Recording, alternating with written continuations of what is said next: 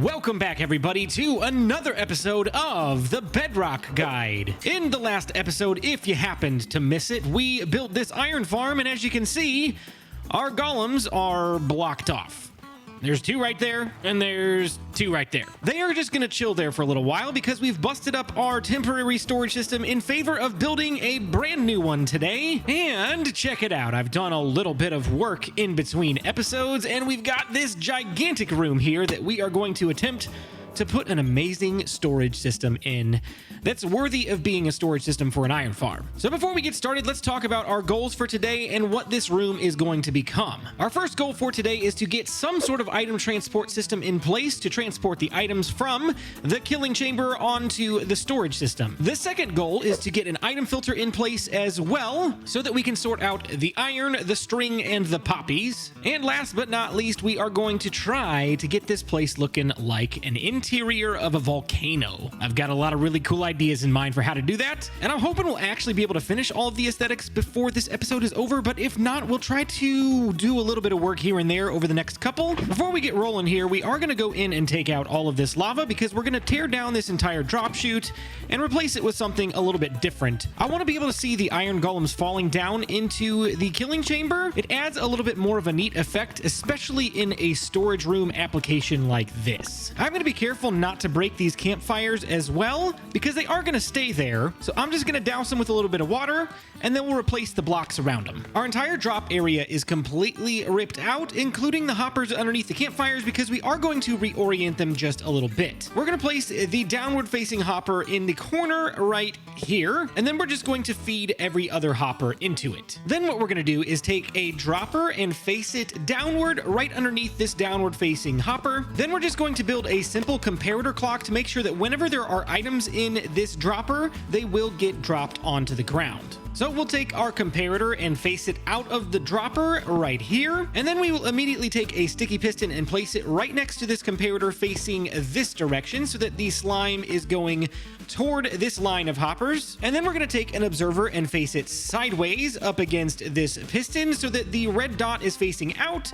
and the smiley face is facing in. And then we'll put a temporary block right here and another observer facing that direction so that the smiley face is facing the other observer. You may remember this kind of mechanic from our sugarcane farm that we built earlier in the season. Then we'll take another temporary plank and place it right here, and then we'll do one here and here, and we may honestly leave those in place just for the aesthetic look, and then we can put dust right here and here. And that's it. That's the basic circuit. So if we toss a few items in here, let's just toss this stack of blackstone, we're going to get a trickle of items flowing down. I think that's pretty fun. We'll be able to see the iron and the poppies and the string all dumping down into our eventual storage system. I've done a little bit of tinkering here and in a test world, and I think I've finally come up with an idea that I like for this drop area. We have two layers here. This top layer is going to be a tube that catches the items and flushes them into a hopper line that will eventually go into an item sorter in this bottom section here. So what I think we'll do is go like this with these warped stems, and we're going to do a 5x5, but then we'll cut out the corners, and we should have something that looks just like this.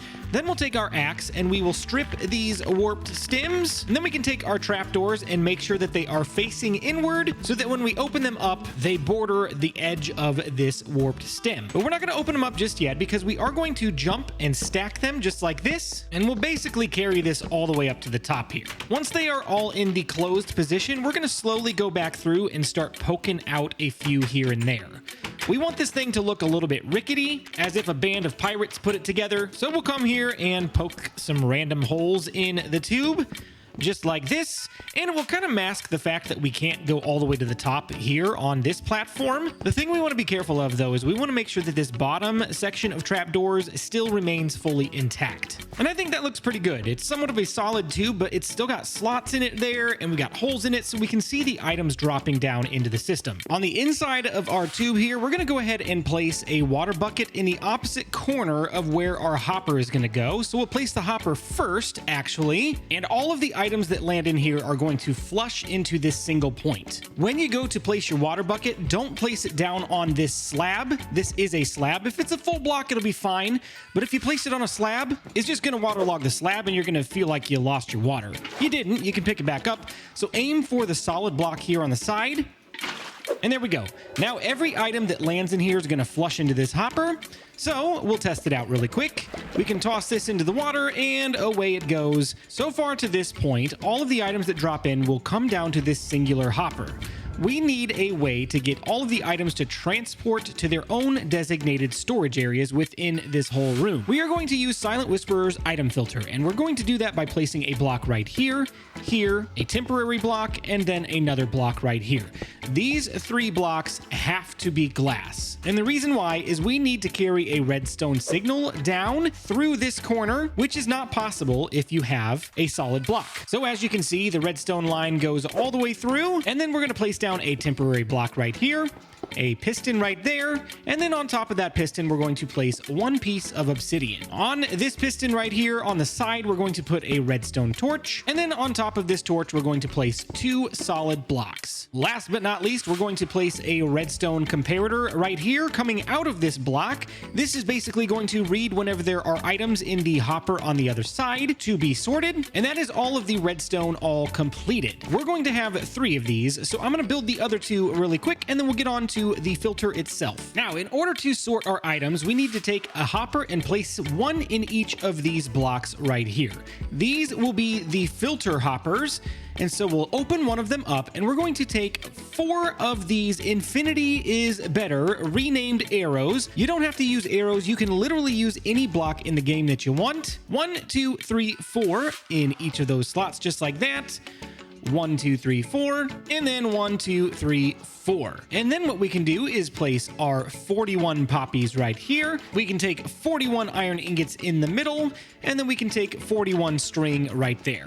Now, these aren't going to go anywhere because there's nowhere for them to go. But they wouldn't be able to move anyway because the hoppers that would be right below them are going to be locked by these redstone torches. So I'm going to put 1 here and 1 right here.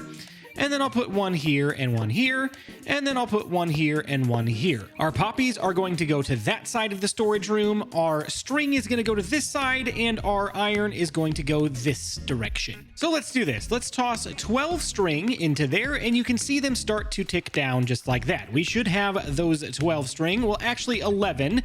There will always be 1 that gets stuck in the hopper directly below because of the locking mechanism, and that's okay. So technically we need 42 of each item to be filtered, and the rest should go on to storage. That shouldn't be a problem for us because this is an infinite farm with infinite amounts of those types of resources. Then what we can do is we can go over here and place a hopper facing down into that hopper right there. This is where it will terminate. We don't need it to go any farther past that. And then we can feed hoppers into it just like this, and then we'll go up, and then we'll connect it up with our hopper right here from the little water tank. And honestly, that's it for our item filter. Let's give it a quick test. We're standing right here where the iron golems will meet their end, and we'll go ahead and toss some iron, we'll toss some poppies, string from the cats, we don't want to forget about them, and we'll just kind of throw in a little bit of a mixture here and back away because that hopper's probably full now, but they will eventually all funnel through. We can see our items falling. Oh, it's so cool. Oh, that's amazing.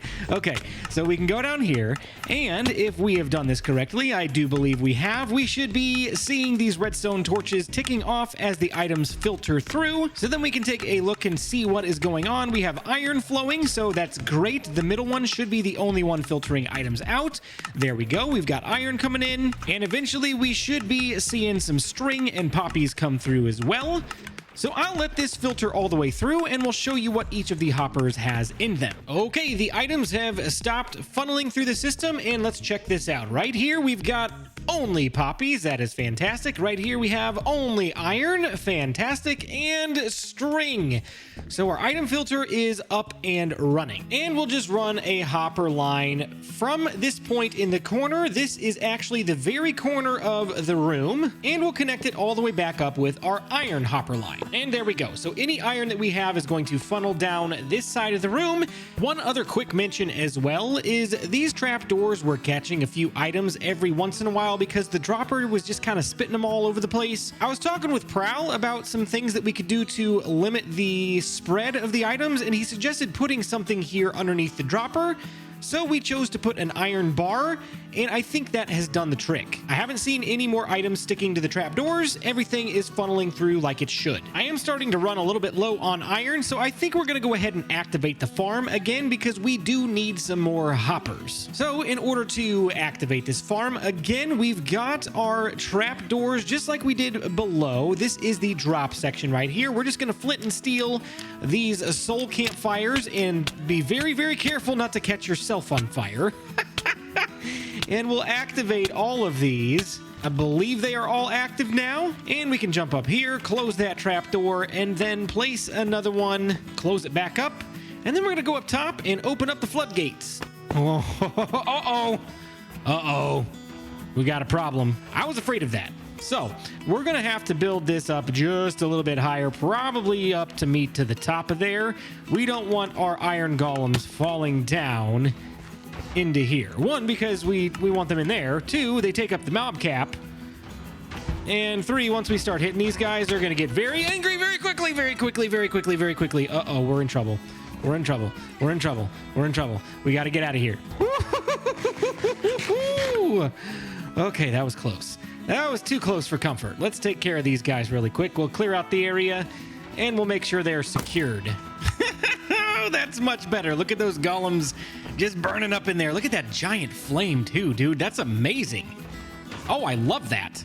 Well, we had to sacrifice a little bit of the look in order to get the efficiency of keeping cats and golems from dropping out onto the floor. We definitely don't want that to happen. So we had to fill in all of the holes with trapdoors, and that's totally fine. It still achieves the look we want, and honestly, I'm really happy with how it turned out. Now, before we finish doing the storage aspect of this video, we need to start outlining the aesthetics of this room, because right now it's basically a giant pyramid. We don't want it to look like a giant pyramid, so we are going to grab some black stone, and what we're going to do is we're going to go around the base here and just start making a bit of a random shape. It's going to be rounded, and it's going to narrow as it goes up. So first we're going to do the horizontal, and then we'll do the vertical, and then we'll start filling it in. So something I should probably fill you guys in on while we are working on this here. My schedule is going to get a little bit crazy over the next few months. I'm going to try to keep my streaming schedule as consistent as possible, but that is probably what will suffer most, more than my YouTube schedule, because we are in the process of moving. We're working out the details on a house, and everything's just kind of getting nuts and starting to go fast. It's kind of crazy. It's really awesome. But I have been out of town like 3 out of the last 4 weekends, and we'll be going out of town again here soon. But just wanted to inform you guys that things might get a little bit more sporadic as the year goes on. Now, what we can do is we can go over here and we can start working our way up vertically. Just for the sake of height, I think I do want to follow the basic pattern of what we've already laid out here, but having the rounded room will help kind of kill off these hard angles a little bit. So we've got our basic shape and our basic pillars ready to go, but we're gonna go ahead and rip this back out 1 block at a time and replace it with black concrete powder, because we're gonna do something a little bit fun in here.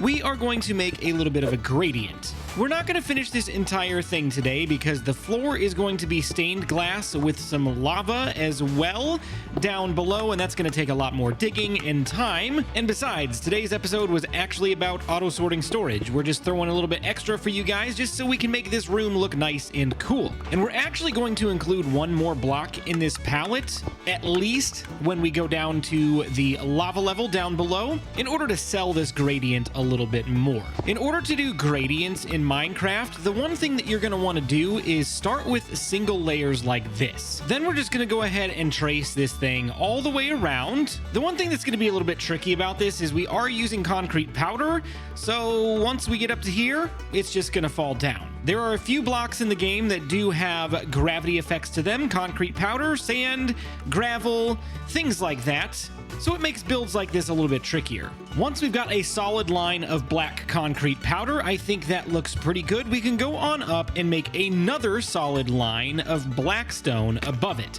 Now, again, we are going to have 3 blocks at least in this palette: concrete powder, black stone, and then down below where the lava is going to be, we're going to use black wool. We're trying to get this ashy look as if the inside of this volcano has burned the walls because, you know, volcanoes are very hot. And that's not looking too bad. I really like this so far, aside from the hard lines here, and here's how we're going to get around that. What we're going to do is we're just going to break out at random some of this black stone, and we're going to build up with the black concrete. And maybe occasionally we'll bring the black stone down as well. We want it to look like it's blended together rather than a straight line. And that's a difficult task to accomplish, especially with concrete powder falling down like it does. And before you know it, you've got something that looks a little bit like this. Oh, I'm really happy with it. It's not completely done. The top up here is still a little bit square.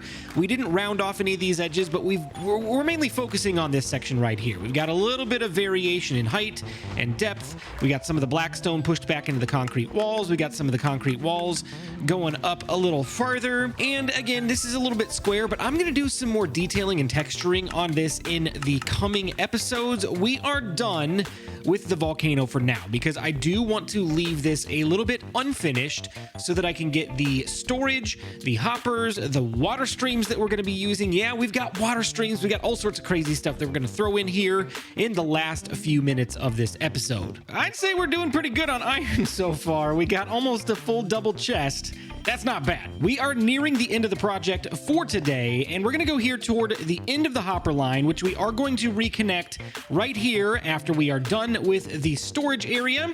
So we'll disconnect the temporary one, but first we need to place a dropper right here at the end of the hopper line, and then right here in front of it, we're going to go ahead and place some soul sand. This soul sand is very important, so keep that in mind for just a moment. We'll get back to it shortly. Then we're going to go over here and place down a redstone comparator, and same thing as we did above, we're going to put a sticky piston into the side of it facing this direction, and then we want to place an observer facing that direction so that the smiley face is away from the sticky piston, and then we'll come back here, dig down one so we can get a good angle, and we'll place another observer facing that direction so the smiley faces are meeting, and we'll grab our redstone dust and just carry a line all the way around up to this point where we'll put a solid block. We may end up switching out this standard stone block for something that fits the design a little bit more if this area happens to become exposed to the line of sight, but I'm not exactly sure about that just yet. So we'll leave it right there for now.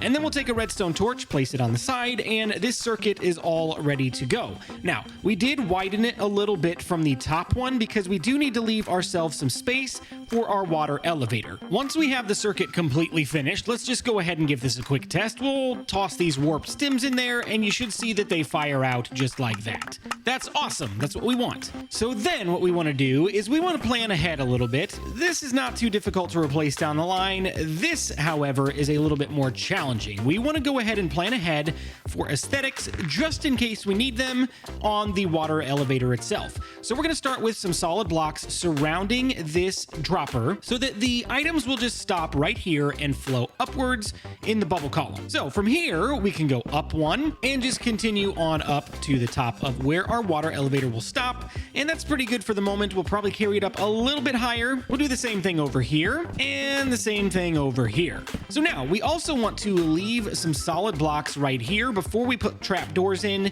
because if we try to put water directly on the trapdoors, it's just going to waterlog them rather than put them in this space. Then what we want to do is make sure that we've got our first layer of trapdoors mostly closed except for this one, and then we're going to go ahead and put this water directly on top of the soul sand, and you should see the bubbles start to come up.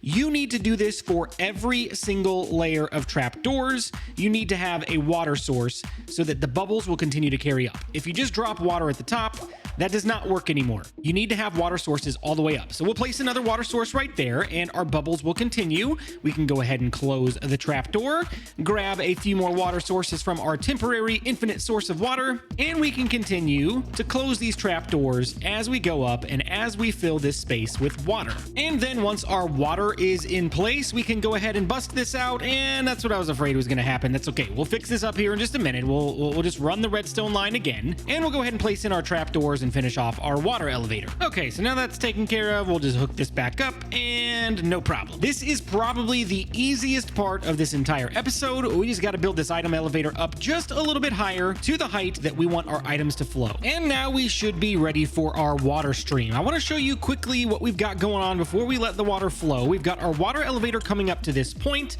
and then a little water trough that I've made out of trapdoors and black stone. And then the water will drop down here, so it will continue to flow on through this little water tube, which if we come over here, we'll be able to see from the outside, and we'll be able to see our iron flowing through here into a hopper, which eventually will go down into some chests, which we will set up in a moment. Just so we can hide all of the behind the scenes work, we're going to go ahead and push this tube back like that and make sure it's all completely covered. And then before we button this one up, we'll go ahead and drop our water source right there, and then we'll drop that in there, and that should carry on over all the way to the end of the hopper. That's fantastic. Oh, I love that. And now I've got 24 double chests dedicated just to iron, and each of these double chests is hooked up to a hopper, which runs right into the back of the chest, followed by a hopper line that goes from here all the way back to our receiving point on this water tube, and that's it. So now we can drop our iron golems in here, drop our iron to cool in the water streams throughout the volcano, and down into our final resting place of storage. So let's hook it up and see how it does. Where this temporary junction has filled our temporary storage area, we're just going to go ahead and break that, and then we can toss it back in the line facing this direction. So now any iron that comes through this hopper line is going straight to our storage system. So let's give that a quick little test here. All right, all of our iron is flowing up the water elevator. Oh, that's so cool, dude. Let's go. We've got iron flowing in. Oh, I absolutely love this. It looks like it's grouping up as well in groups of 4 or 5 at a time. That probably won't happen when we are not tossing in like entire stacks into the hoppers, but this is very, very cool. Let's get our string and our poppies all set up, and we should be good to call it an episode. And that's it, folks. We've got all 3 storage areas fully wired up. All of the water streams are going. We will do more aesthetics in the next episode. We will work on the floor in the next episode. All sorts of things coming for this build, but the basic functionality with all of the storage is completely done. We can leave this thing running 24/7 and it won't overflow unless we fill all of this stuff up, which, you know, honestly could happen. We've already got a full double chest of iron and are working on filling up the hopper behind it. We got so much iron. But guys, that's gonna be it for today. I hope you enjoyed this episode of the Bedrock Guide. If you did, be sure to leave some comments in the comment section for me. Let me know something you learned. Don't forget to subscribe and like the video as well so you don't miss any more Bedrock Guide content just like this. But thank you so much for watching, and we'll see you in the next one.